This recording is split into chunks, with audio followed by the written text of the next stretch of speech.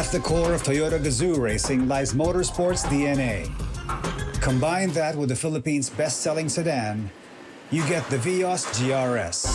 Its black accent details and aero kit upgrade capture the feel and excitement on the track, and the 10-speed CVT that exudes the TGR competitive spirit. On the road or on the track, always be ready for a heart-racing, exhilarating ride. The Vios GRS. Bring on the thrill. Kailangan ng maaasahan, kailangan ng matibay, pang matagalan kasama mo sa pag-unlad ng negosyo. Modernong disenyo, kaya-kaya ang kargo mo ng tatak na ito. Isuzu Travis, level up with Isuzu. Level up mo yung negosyo. Isuzu Travis, level up with Isuzu. Level up with Isuzu Travis. Bakit panatag ang loob ko sa MX-3? Kasi tested and proven ito na may alpha, beta at gamma mangosteen. Mga natural na nutrients mula sa mangosteen. Meron din itong seal of quality excellence at manufactured sa GMP at ISO certified na planta.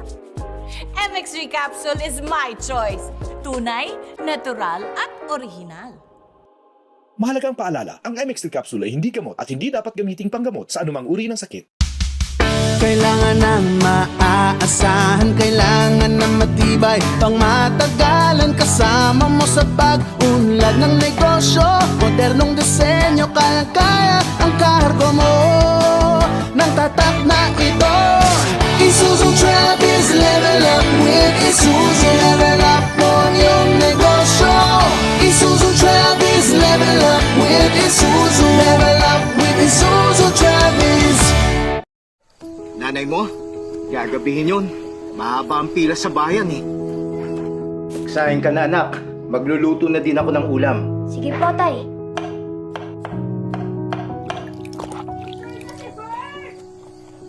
Insured na si Bert!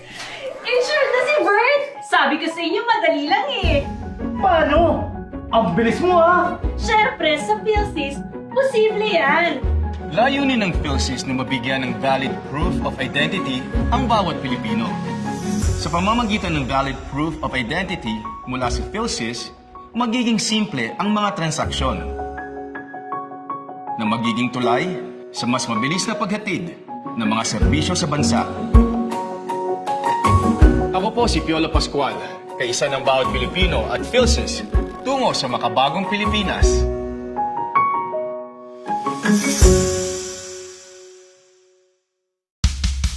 Kailangan ng maaasahan, kailangan ng matibay, pang matagalan kasama mo sa pag-unlad ng negosyo. Modernong disenyo, kaya-kaya ang kargo mo ng tatak na ito. Isuzu Travis, level up with Isuzu. Level up mo yung negosyo. Isuzu Travis, level up with Isuzu. Level up with Isuzu Travis. At the core of Toyota Gazoo racing lies motorsports DNA. Combine that with the Philippines' best-selling sedan, you get the Vios GRS. Its black accent details and aero kit upgrade capture the feel and excitement on the track, and the 10-speed CVT that exudes the TGR competitive spirit. On the road or on the track, always be ready for a heart-racing, exhilarating ride. The Vios GRS. Bring on the thrill. Magkaisa para sa bayan. Where there's unity, God gives the blessings. Yes. Hindi naman kaagad successful. Talagang kailangan mo yung tulong ni Lord. Makiisa para sa kaunlaran. Napakalaking halaga yung pananampalataya kasi ito yung parang backbone pagpasok mo sa negosyo. Tayo po mga businessmen, ang ating #1 mission is to fund the pastors, missionaries, and youth movements. Diyos at Bayan, Sunday 11:45 p.m. dito sa A2Z. Nakaka-inspire na kwentong agribusiness ang atin po sa atin ng ating Saripreneur. Panoorin po natin ito.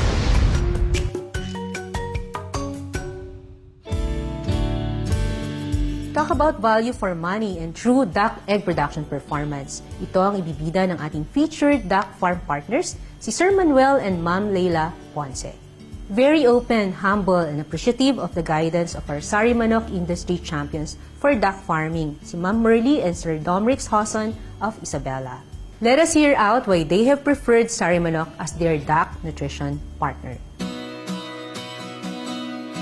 Husband and wife team ang ating makikilala today. Bata pa lang ay nakalakihan na ni Marvin ang pag-aalaga ng itik. Kaya naman nang nakapag-asawa siya ay ito na rin ang kanilang naging business. Sa ngayon, sila ay may balutan at gawaan ng itlog na maalat. Tayo na at pasyalan ang farm nila Marvin at Laila Ponce.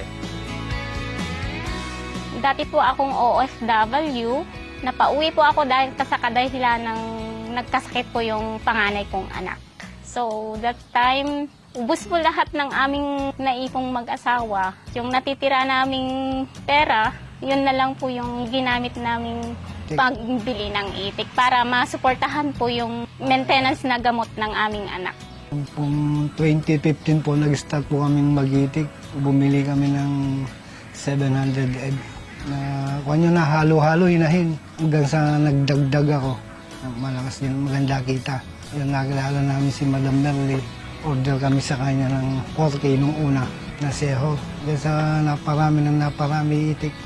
Nami-maintain po namin yung pag-aalaga namin sa itik dahil sa paggamit po namin ng Sari Manok, napapaitlog naman po namin siya ng 95%. Tapos maganda po kasi ang quality ng Sari Manok, kaya yun po ang inintroduce ni Madam Merly na gagamitin namin.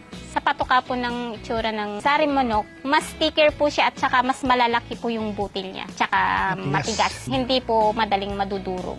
Mas gusto po talaga ng itik kaysa sa luma na po. Kasi yung luma po maasim-asim siya tsaka madaling madurog kaya naiiwan na lang po sa batya.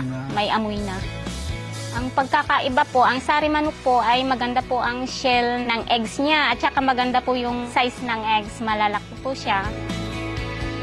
Pellet quality is very crucial for our duck feeds. And for Sari DLP, the secret is, one, it's a wheat-based formulation combined with a good quality pellet binder to ensure the quality of the pellets. Number one is the hardness, and second is the pellet durability index. And at the same time, here in Bocaue plant, we have a stringent quality control of our production line. One of the reasons kung bakit marami ang napuproduce na eggs using our Sari Manok duck layer feeds is that we formulate our product based on modern nutritional requirements, not only the crude protein levels, but in every detail of amino acid level requirements. And at the same time, optimum yung level of vitamins and minerals and calcium and phosphorus are balanced, which are very crucial for egg production.